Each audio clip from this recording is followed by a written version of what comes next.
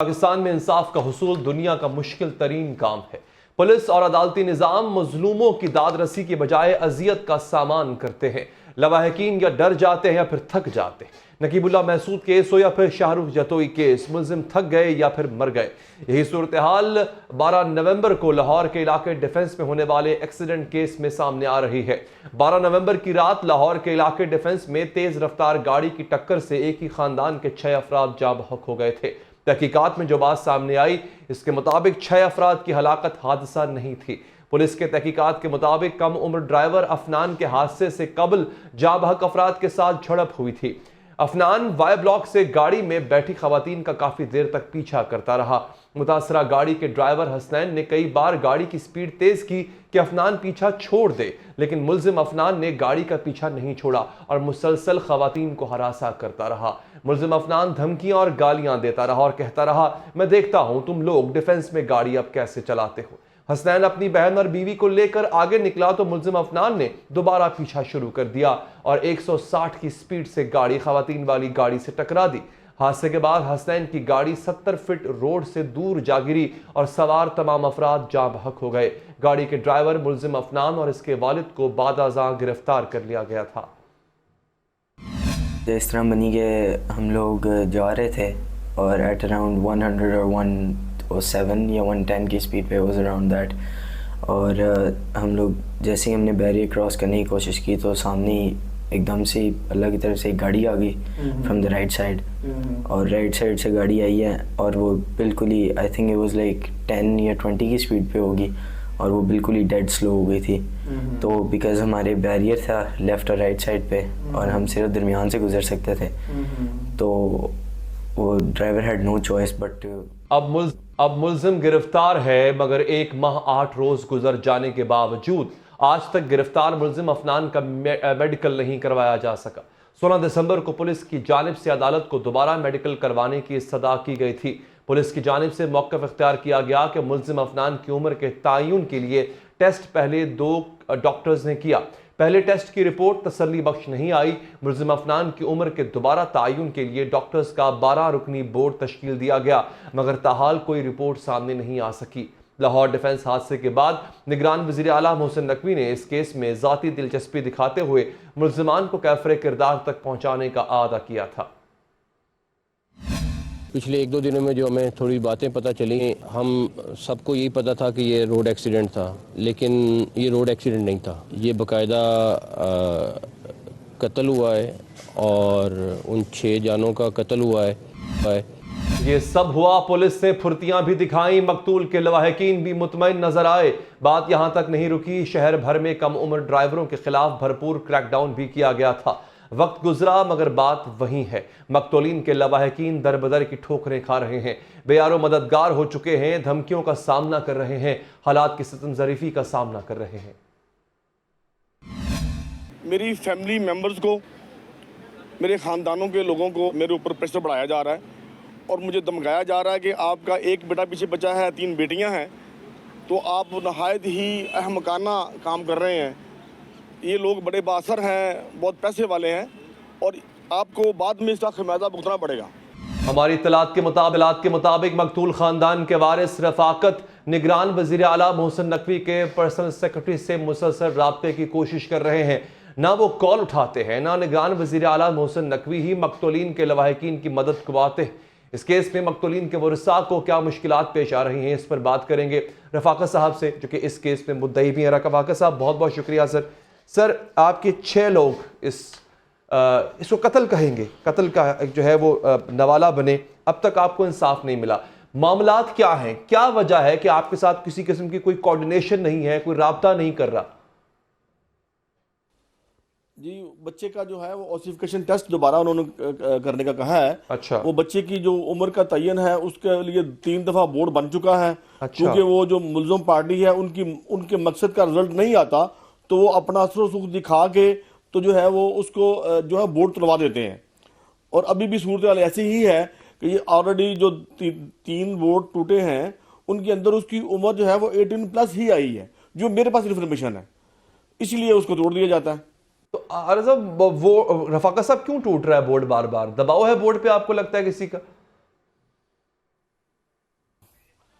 جی میں یہی عرض کر رہا ہوں آپ سے کہ وہ ملزم پارٹی جو ہے وہ بااثر لوگ ہیں، پیسے والے لوگ ہیں، وہ جب رزلٹ ان کی مقصد کا نہیں نکلتا تو وہ اپنا اثر و سوکھ دکھا کے ووٹ تڑوا دیتے ہیں. یہ 3 دفعہ اسی وجہ سے ووٹ ٹوٹا ہے، کیونکہ اگر آپ سمارٹ کارڈ کے اندر جو بچے کی اپنا جو تاریخ پیدائش ہے وہ 2006 کے اندر جو ہے نا جی وہ 11ویں مہینے میں پیدا ہوا ہے، تو اگر آپ اس کے حساب سے اس کو دیکھیں انگلش میڈیم اسکول کے اندر وہ 4 سال کی ایج میں بچہ لیتے ہیں، تو اس کے بعد جو وہ پلے گروپ، پھر پری نرسری، پھر نرسری، پھر کے جی، اس حساب سے بچے کی ایج اگر آپ دیکھیں تو وہ 2nd ایئر میں ہے، تو وہ پتہ چلتا ہے یہ تو 18 سال سے کہیں اوپر 19 سال کی سے بھی زیادہ ایج ہے اس کی. اور اس کا جو ڈیل ڈول ہے بچے کا، آپ اس کی ہڈیاں دیکھیں تو وہ نظر آتی ہے کہ نہیں اس کا جو ہے وہ ایج اس کی زیادہ ہے. وہ اسی وجہ سے بورڈ توڑ دیتے ہیں تاکہ یہ اس کی ایج جو ہے نا وہ ایگزیکٹ سامنے نہ آ سکے.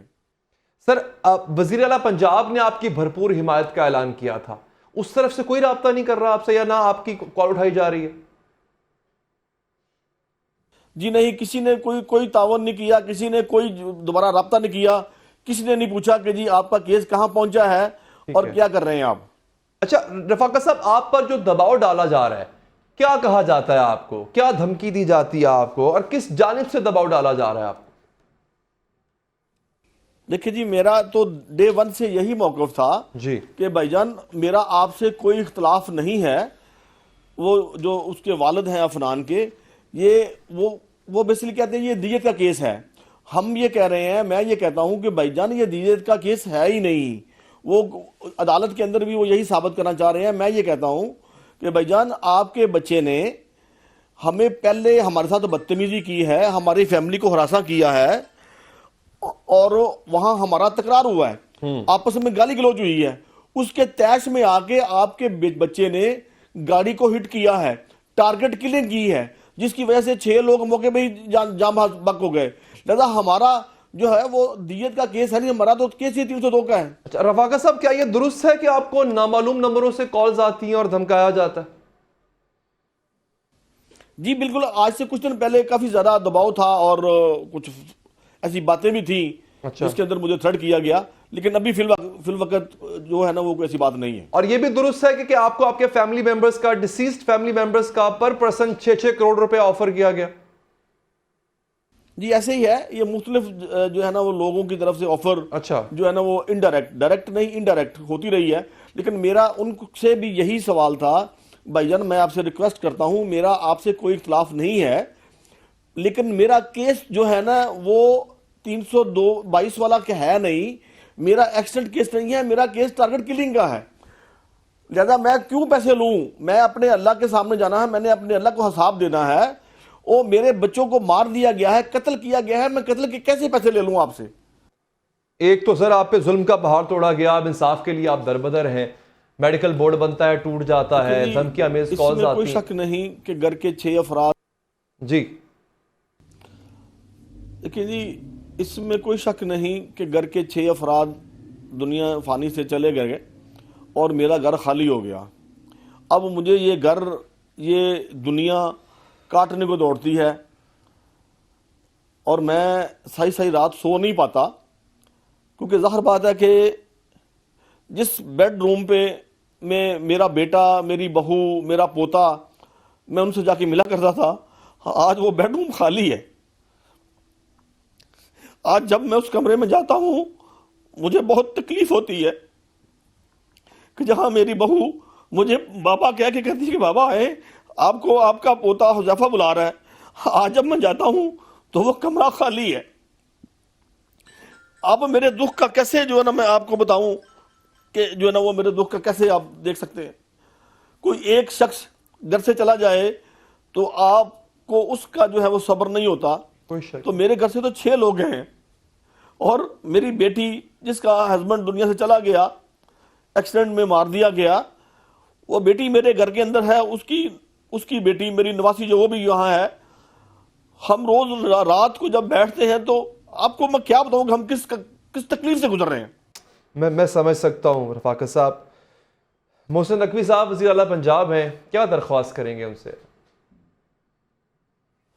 جی میں وزیر اعلیٰ پنجاب اپنا سی ایم جو ہے محسن نقوی صاحب، میری ان سے درخواست یہ ہے کہ جناب آپ یہاں آئے ضرور، آپ کی وہ بھی مہربانی تھی، اور اس کے بعد آپ بالکل بھول گئے، یہ بھی شاید میں اس کو مہربانی کہوں گا کہ آیا وہ صرف ایک فوٹو شوٹ تھا؟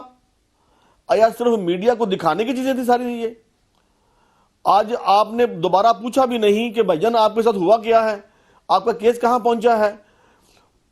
بچے کی عمر کو دیکھ کر اس کی تاریخ پیدائش دیکھیں، اور اس کی جو کلاس ہے اپنا، اب وہ 12 کلاس کا اسٹوڈنٹ ہے بچہ، اس سے صاف ظاہر ہے، اس کے ڈیل نوٹ سے لگتا ہے کہ یہ بچہ جو ہے نا وہ 18 سال سے پلس ہے، وہ 19 سال سے اوپر لگتا ہے، لیکن مجھے انصاف نہیں مل رہا۔ میرا جو ہے وہ اس کا جو ٹیسٹ ہے، وہ جب بھی وہ بورڈ بنتا ہے اور بورڈ والے کہتے ہیں جی اس کی عمر زیادہ ہے تو اس کو توڑ دیا جاتا ہے۔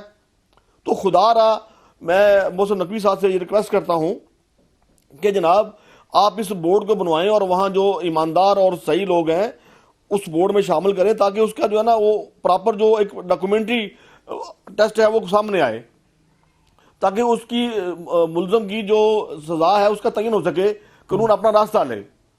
میں کسی سے سفارش نہیں چاہتا، میں کہتا ہوں میرٹ پہ جو ہے وہ مجھے انصاف ملنا چاہیے، اور میں آپ کے توسط سے پھر دوبارہ کہتا ہوں کہ میرا کیس ایکسیڈنٹ کا نہیں ہے، خدا را میں ایکسیڈنٹ اس کو نہیں، یہ ایکسیڈنٹ ہوا ہی نہیں، یہ ٹارگٹ کلنگ ہے۔ میرا کیس 302 کا ہے اور ایک بندے کے قتل کی بات نہیں ہے، اس میں 6 لوگوں کو قتل کیا گیا ہے۔ ٹھیک، رفاقت صاحب آپ نے دوبارہ کوشش کی محسن نقوی صاحب کو کال کرنے کی؟ جی یہ درست ہے جی، جو نمبر میرے پاس ہے، جو انہوں نے بتایا جی میں سی ایم کہ جی میں سیکٹری ہوں سی ایم صاحب کا، آپ مجھے کال کریں، اس نمبر پہ میں کال کرتا ہوں تو اب وہ اٹھاتے نہیں ہیں، کوئی نہیں اٹھاتا۔ ہم بھی آپ کے توسط سے وزیر اعلیٰ پنجاب سے اپیل کرتے ہیں کہ پلیز سر ان کی داد رسی کیجیے، آپ نے جو وعدہ کیا تھا وہ وعدہ پورا کیجیے۔ رفاقت صاحب آپ کے دکھ میں برابر کے شریک ہیں، آپ کا بہت بہت شکریہ۔